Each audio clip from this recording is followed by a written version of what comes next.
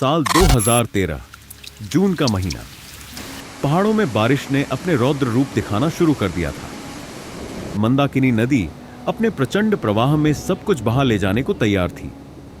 अंधेरी रात में बिजली कड़क रही थी और चारों तरफ सिर्फ विनाश का मंजर था। केदारनाथ मंदिर, जो सदियों से हिमालय की गोद में खड़ा था, अब प्रकृति के इस उग्र रूप के सामने अकेला खड़ा था।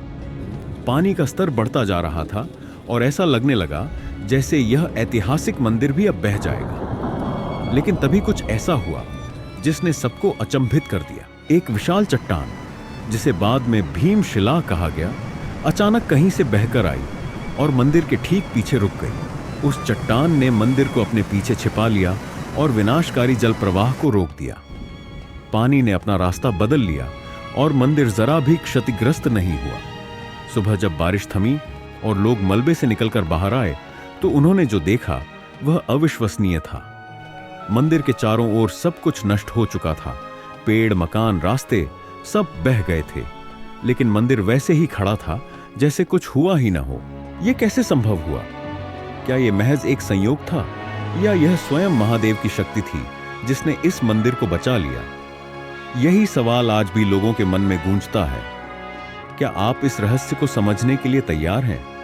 आइए केदारनाथ की इस अद्भुत कहानी को जानें, जो आस्था और चमत्कार का जीता जागता प्रमाण है। महाभारत के युद्ध के बाद युधिष्ठिर को हस्तिनापुर का नरेश बनाया गया। उन्होंने लगभग 4 दशकों तक राज्य किया। एक दिन पांडवों ने भगवान श्री कृष्ण के साथ बैठकर महाभारत युद्ध की समीक्षा की। इस चर्चा में उन्होंने श्री कृष्ण से कहा, हे नारायण, हम सभी भाइयों पर ब्रह्म हत्या का कलंक है। हम अपने बंधु बांधवों की हत्या के कारण पापी बन गए हैं। इस कलंक को कैसे दूर किया जाए? श्री कृष्ण ने उन्हें बताया कि यह सच है कि युद्ध में जीत उनकी हुई है, लेकिन गुरु और अपने बंधु बांधवों को मारने के कारण वे पाप के भागी बन गए हैं। उन्होंने कहा, इन पापों से केवल महादेव ही मुक्ति दिला सकते हैं। तुम्हें शिव की शरण में जाना होगा। इसके बाद श्री कृष्ण द्वारका लौट गए। पांडवों ने अपने पापों से मुक्ति पाने के लिए चिंतन किया और अंततः राजपाट त्याग कर भगवान शिव की खोज में निकल पड़े। उन्होंने सबसे पहले काशी जाने का निर्णय लिया, लेकिन वहां भी उन्हें भगवान शिव नहीं मिले। इसके बाद उन्होंने कई अन्य स्थानों पर शिव को खोजा, लेकिन भगवान शिव हर बार उनसे छिपते रहे। आखिरकार पांडव हिमालय पहुंचे। यहां भी भगवान शिव ने बैल का रूप धारण कर लिया और अन्य पशुओं में मिल गए। जब युधिष्ठिर ने देखा कि एक बैल उनके पास नहीं आ रहा है, तो भीम ने पहाड़ों को फैला दिया ताकि सभी पशु भाग सके। इस बीच भीम ने भगवान शिव को बैल के रूप में पहचान लिया और कहा, हे प्रभु, आप कितना भी छिप जाएं, लेकिन हम आपके दर्शन किए बिना यहां से नहीं जाएंगे। पांडवों की भक्ति और दृढ़ संकल्प को देखकर भगवान शिव ने अपना असली रूप प्रकट किया। उन्होंने पांडवों को दर्शन दिए और उनके पाप क्षमा कर दिए। इस क्षण के बाद भगवान शिव ने उन्हें स्वर्ग जाने का मार्ग बताया और अंतर्ध्यान हो गए। पांडवों ने उस स्थान पर एक बैल की पीठ के त्रिकोणाकार रूप में शिवलिंग स्थापित किया। यह मान्यता है कि पांडवों ने इस स्थान पर एक भव्य मंदिर का निर्माण करवाया। केदारनाथ धाम, जो कि हिमालय की गोद में स्थित है, इसका इतिहास अद्भुत और रहस्यमय है। यह मंदिर, जो कि 12 ज्योतिर्लिंगों में से एक है, इसका इतिहास बहुत पुराना है। कई सदियों तक बर्फ में दबा रहा। पांडवों द्वारा स्थापित इस मंदिर का निर्माण अद्भुत इंजीनियरिंग का नमूना है। 1300 से 1700 ईस्वी के बीच केदारनाथ क्षेत्र में एक छोटा हिमयुग आया, जिसके कारण मंदिर लगभग 400 वर्षों तक बर्फ के नीचे दबा रहा। इस अवधि में भारी बर्फबारी हुई थी, जिसने मंदिर को पूरी तरह से ढक दिया। हालांकि इस दौरान मंदिर को कोई नुकसान नहीं हुआ।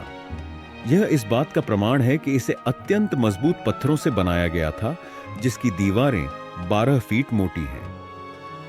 केदारनाथ मंदिर की इंटरलॉकिंग तकनीक एक अद्वितीय और वैज्ञानिक दृष्टिकोण से महत्वपूर्ण निर्माण विधि है, जो इसे प्राकृतिक आपदाओं के प्रति अत्यधिक सुरक्षित बनाती है। इस तकनीक के अंतर्गत पत्थरों को इस प्रकार से काटा और आकार दिया गया है कि वे एक दूसरे में लॉक हो जाते हैं, जिससे कोई सीमेंट या गारा की आवश्यकता नहीं पड़ती। इस तकनीक का मुख्य लाभ यह है कि यह संरचना को मजबूती प्रदान करती है। जब पत्थरों को इस प्रकार से रखा जाता है कि वे एक दूसरे में फिट होते हैं, तो यह भूकंप, बाढ़ और अन्य प्राकृतिक आपदाओं का सामना करने में मदद करता है। 8वीं शताब्दी में जब बर्फ ने मंदिर को ढक रखा था, तब महान संत आदि शंकराचार्य ने इस मंदिर का जीर्णोद्धार कराया। उन्होंने न केवल मंदिर की संरचना को पुनर्स्थापित किया, बल्कि इसे एक महत्वपूर्ण तीर्थ स्थल के रूप में स्थापित किया। उनके प्रयासों से केदारनाथ धाम ने धार्मिक महत्व प्राप्त किया और आज यह लाखों भक्तों का आकर्षण बना हुआ है। वैज्ञानिक अध्ययन बताते हैं कि बर्फ के दबाव के बावजूद मंदिर की संरचना सुरक्षित रही। बर्फ की रगड़ ने दीवारों पर कुछ निशान छोड़े हैं, जो आज भी देखे जा सकते हैं। यह दर्शाता है कि मंदिर की निर्माण तकनीक अत्यंत प्रभावशाली थी। 2013 में आई केदारनाथ आपदा ने उत्तराखंड में भारी तबाही मचाई। बाढ़ और भूस्खलन के कारण हजारों लोग प्रभावित हुए, लेकिन इस त्रासदी के बीच एक अद्भुत घटना घटी, जिसने केदारनाथ मंदिर को बचाने में महत्वपूर्ण भूमिका निभाई। यह घटना भीमशिला के नाम से जानी जाती है। आपदा के दौरान जब बाढ़ का पानी तेजी से बढ़ रहा था, तभी अचानक एक विशाल चट्टान, जिसे बाद में भीमशिला कहा गया, मंदिर के पीछे आकर रुक गई। यह चट्टान बाढ़ के पानी को 2 भागों में बांटने का कार्य करती है, जिससे मंदिर सुरक्षित रहा। स्थानीय लोगों का मानना है कि यदि यह चट्टान समय पर नहीं रुकती, तो शायद मंदिर और वहां शरण लिए हुए 300 से 500 लोगों की जानें खतरे में पड़ जाती। यह घटना न केवल एक प्राकृतिक चमत्कार मानी जाती है, बल्कि इसे भगवान शिव की शक्ति और कृपा का प्रतीक भी माना जाता है। ऐसा कहा जाता है कि पांडवों में से भीम ने अपनी गदा को गाड़कर इस चट्टान को स्थापित किया था, ताकि वह भगवान शिव के मंदिर की रक्षा कर सके। इस प्रकार भीमशिला को पांडवों की भक्ति और मंदिर की रक्षा का प्रतीक माना जाता है। आज भी लोग इस चट्टान की पूजा करते हैं और इसे श्रद्धा से देखते हैं। यह विश्वास किया जाता है कि भीमशिला आज भी मंदिर की सुरक्षा कर रही है।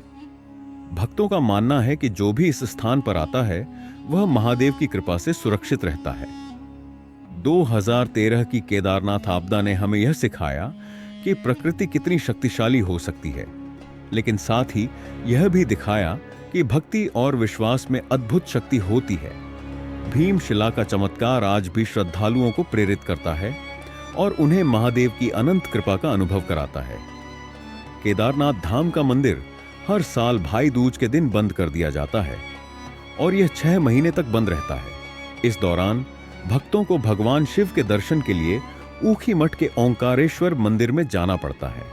लेकिन एक अद्भुत बात यह है कि इस 6 महीने की अवधि में भी मंदिर में जलता हुआ दीपक लगातार जलता रहता है। जब मंदिर के कपाट बंद किए जाते हैं, तब पुजारी भगवान शिव की मूर्ति के सामने एक विशेष दीपक जलाते हैं। यह दीपक इस तरह से तैयार किया जाता है कि यह 6 महीने तक बिना रुके जलता रहे। भक्तों का मानना है कि यह दीपक भगवान शिव की अनंत शक्ति और कृपा का प्रतीक है। जब अगले साल मंदिर के कपाट खोले जाते हैं, तो यह दीपक अभी भी जलता हुआ दिखाई देता है, जो दर्शाता है कि भगवान शिव हमेशा अपने भक्तों के साथ हैं। यह घटना श्रद्धालुओं के लिए एक महत्वपूर्ण विश्वास का प्रतीक है। यह बताता है कि सच्ची भक्ति और श्रद्धा कभी व्यर्थ नहीं जाती।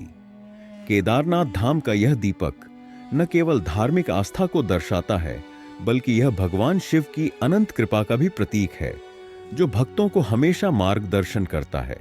तो दोस्तों, आज हमने केदारनाथ मंदिर के रहस्यों, इतिहास और उसकी अद्वितीय वास्तुकला के बारे में जाना। यह मंदिर केवल एक धार्मिक स्थल नहीं है, बल्कि यह हमारी संस्कृति और आस्था का प्रतीक भी है। अगर आपको हमारा यह वीडियो पसंद आया हो, तो कृपया इसे लाइक करें और अपने दोस्तों के साथ शेयर करें। आपकी एक छोटी सी मदद से हम और भी ऐसे रोचक विषयों पर वीडियो बना सकेंगे। और हाँ, अगर आप हमारे चैनल पर नए हैं, तो कृपया सब्सक्राइब करना ना भूलें। सब्सक्राइब करने के बाद बेल आइकन दबाना ना भूलें, ताकि हमारे नए वीडियो की सूचना आपको तुरंत मिल सके। आपके समर्थन के लिए धन्यवाद।